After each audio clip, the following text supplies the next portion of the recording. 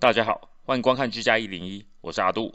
我们之前介绍过 Eufy 的门铃摄像头和户外的无线监控摄像头，也说明了我选这款无线监控摄像头的原因，这边我就不重复了。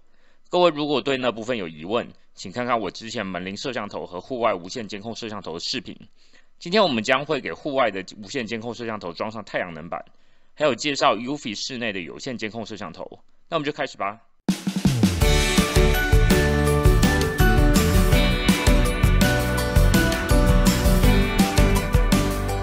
在之前介绍无线监控摄像头的视频发布之后，我看到评论区说有2点问题。第一点是说画面有点断断续续的，其实这在大部分的摄像头都差不多。有线的虽然可能会好一点，不过你要真的觉得好的，其实价位也不便宜。就无线来说，我觉得表现已经很好了，而且 Eufy 这款已经是在无线里面性价比比较好的了。不过我们可以跟 Eufy 自己有线的比较看看，这个我们之后介绍有线监控摄像头的时候可以看看。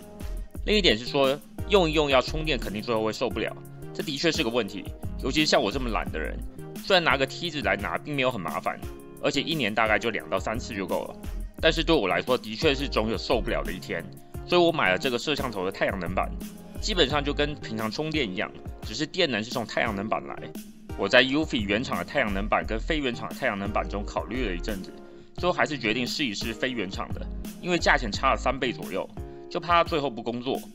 Eufy 本身监控摄像头也有自带太阳能板的，但是评价比普通的差一些，所以我宁愿自己装个太阳能板，虽然可能丑一点。我们来接上试试，记得太阳能板要装在照得到太阳的地方。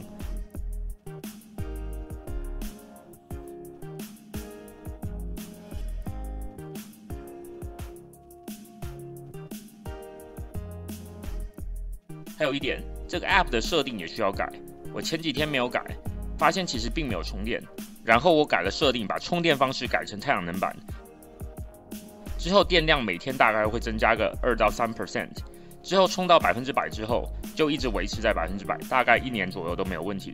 所以使用非原厂的太阳能板其实也没什么问题。这边还出了一个小插曲，因为已经不再需要关心耗电的问题了，所以我就把能开的功能都打开。这边有一个我以前没有开的功能，是防止盗窃的。这边的盗窃不是说有人来偷你家的东西，而是看有没有人尝试把这个摄像头拔下来。以前这功能需要先关闭才能把它拆下来充电，不过现在不需要拆下来充电了，所以我就把这功能一直开着。结果暴风雨时可能震动太厉害，他以为有人尝试把摄像头拔走，所以就开始疯狂的警报，害我半夜时吓一跳，还以为发生了什么事情。然后我们来看看这个室内有线监控摄像头，也是 Eufy 的。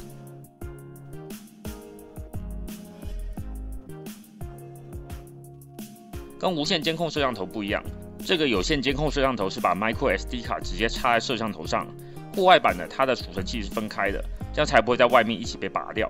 这个底座可以把它固定在天花板或者墙上，插上它的电源，然后扫上它的 QR code， 这样设定就完成了。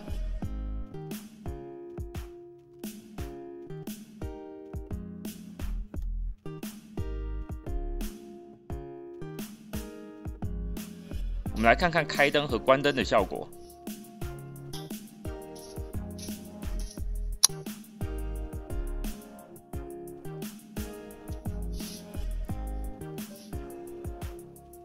这是晚上没有灯的时候的画面，声音是从摄像头直接接收的，各位可以看看快不快？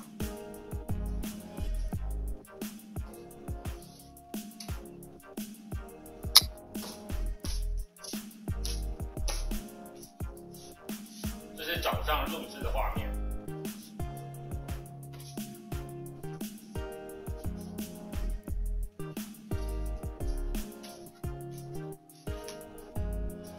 它还可以旋转。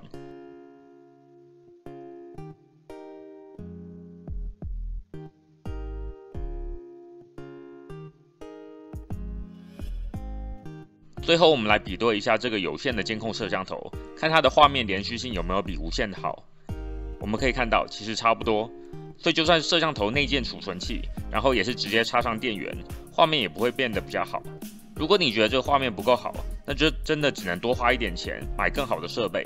不过我觉得真的没有必要。这样我们就完成啦。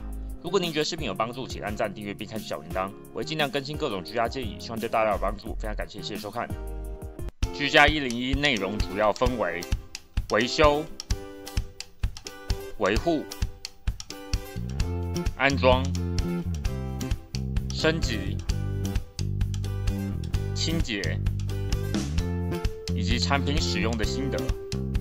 希望各位以最少的经费来达到最高的生活品质。各位用不到这些技能自然是最好，但是如果遇到，希望视频能对你有帮助。